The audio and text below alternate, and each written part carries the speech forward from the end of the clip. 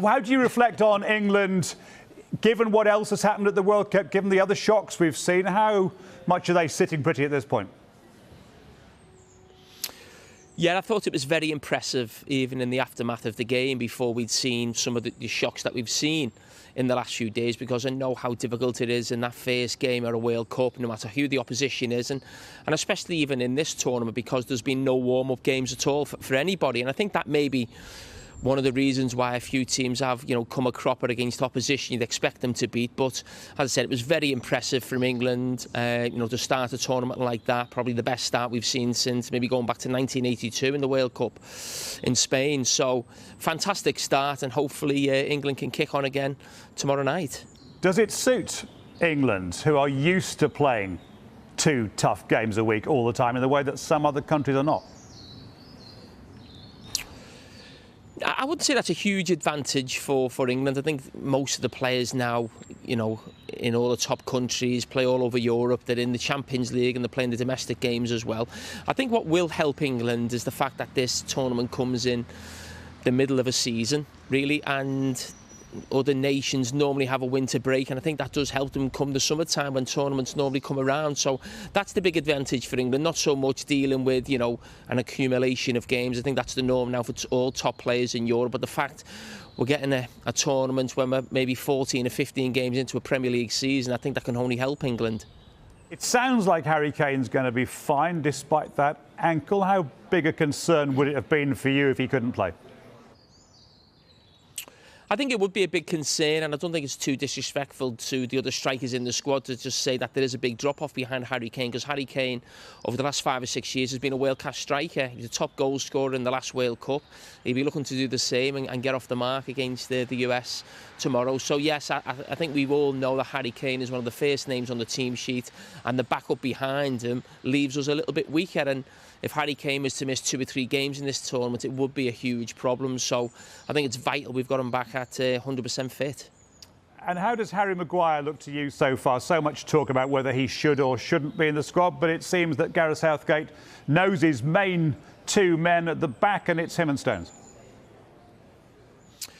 Yeah, I mean, I think that's always been the case, that most people would say they're the 2 best centre-backs in this country. That's why Gareth Southgate's always gone towards them. Obviously, it's been a tough few months for Harry Maguire, and it was more about how he dealt with the situation mentally rather than as, performances on the pitch, because for England, he's been outstanding. And yeah, I felt he would pick him. He's always very loyal to certain players who've done well for him over the years, certainly in tournaments, so you can understand that from Gareth Southgate. And as I said, it was a game against Iran. England will be disappointed. They conceded 2 goals and Iran hit the woodwork. We shouldn't forget that. But they're England's best 2. I think Harry Maguire again showed his dominance on set pieces, which he's proven very adept at in the last couple of tournaments as well. So that could be a big bonus for England going forward. But they'll be coming up against much better opposition the further we go on in this tournament. And I think obviously the USA will be a lot stronger than Iran were as well. That applies to Jude Bellingham as well, who looked fantastic against Iran, and I know there are tougher tests to come, and I know we go overboard very easily in this country about good players, but we're allowed to go a bit overboard, aren't we, about Jude Bellingham? Yeah, I think so. I mean, to be captain in a club, the size of Borussia Dortmund at 19 years of age as a young foreign player in Germany, it shows you, how they feel about him. I think we know he's a special talent. He already feels like he's one of the main players in the England team, and it's only the real special players that do that. You think of Michael Owen, as soon as he come on the scene, he felt like one of England's best players. The same with Wayne Rooney.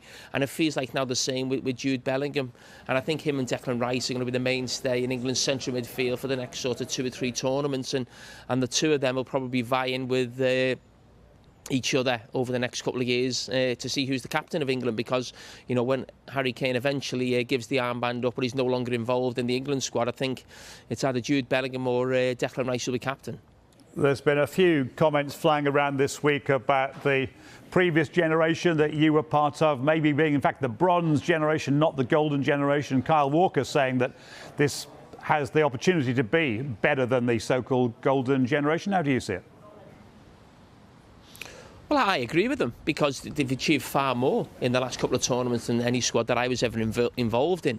When we talk about, the golden generation or, the great players there, we think of them as individual players, but, football is a team game and we never conquered that in terms of being a great team.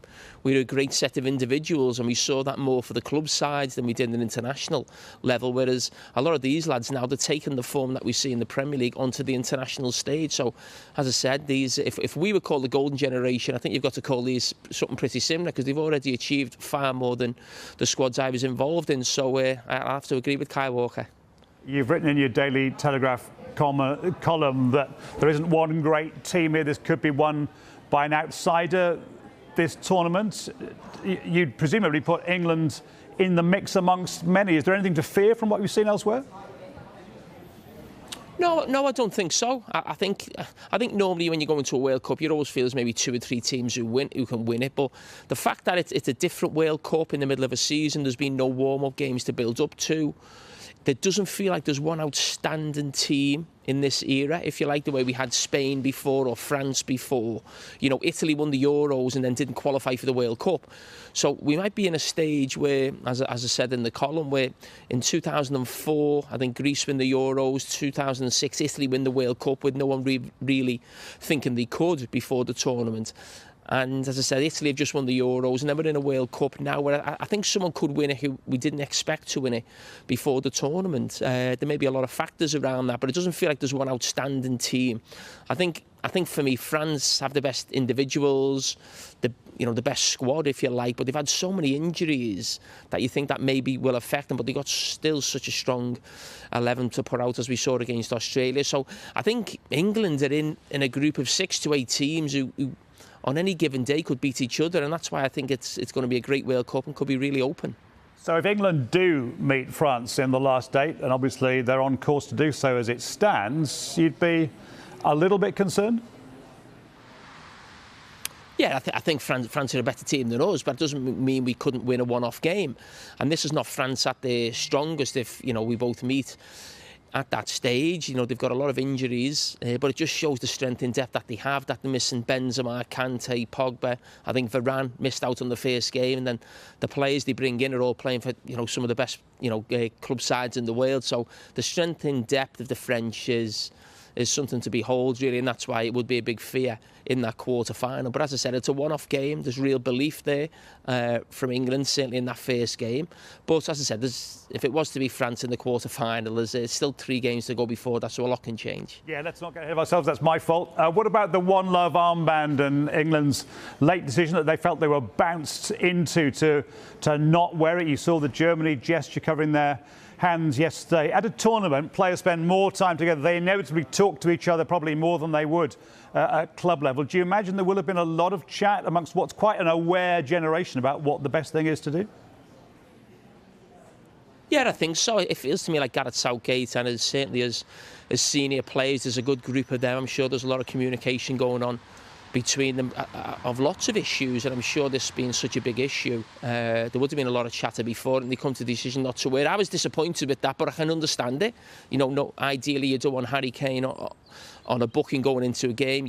I looked at Wales with Gareth Bale. He was in the same situation, being the captain, and he actually got booked in the game. And you just think, how would that have affected Wales going forward in terms of, either them being suspended, if he's actually taken that yellow card to wear the armband. So I'm not going to be too critical of the captains in those, situations. I mean, a lot of this comes down to FIFA, the country that obviously this tournament's in Qatar. It should never have this tournament. I've made my feelings well known on that. I think it's a bit of a joke, really. I've just watched a TV documentary on FIFA and how Qatar and other World Cups were given. So I think if we're going to point the finger at anybody with situations like this, it should be certainly the host nation and FIFA. Have you seen anything good that FIFA have done the last week or so? Anything good FIFA have done? Yeah. No, I don't think so. No, I mean, you talk about the Sepp Blatter years that went before. We've now got Infantino there. I mean, the statement or press conference he gave a few days ago was an absolute... I thought it was a disgrace. Almost like a joke figure. I think there's what supporters there are in certain stadiums. I think there's been people chanting he should, lose his job, and that's it's just. It's not right. The head of an organisation like that, as I said, there's a documentary on TV right now that I think people should watch and tell you the real truth about, how FIFA are at the standing within the game.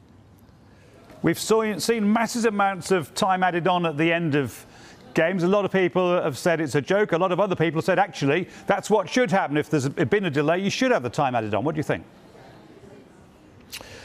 I'm for it. I think there's too much time wasting within the game. I think some of the times that have come on, it's not just time wasting. It feels like there's a separate subject where I think there's a real energy around sort of officials right now and people at the top of the game that the ball isn't in play long enough in a game. We're almost getting to sort of, I think the average is sort of 55 to 60 minutes max for what we all know is a 90-minute game. Now, we're not naive enough to know that the ball would ever be in play for 90 minutes, but I think Kalina is trying to get that number up, so we're getting more actual football. People are getting the ball in play more. So I don't think it's just about time wasting. I think it's that ball in play situation as well, and keeping an eye on that.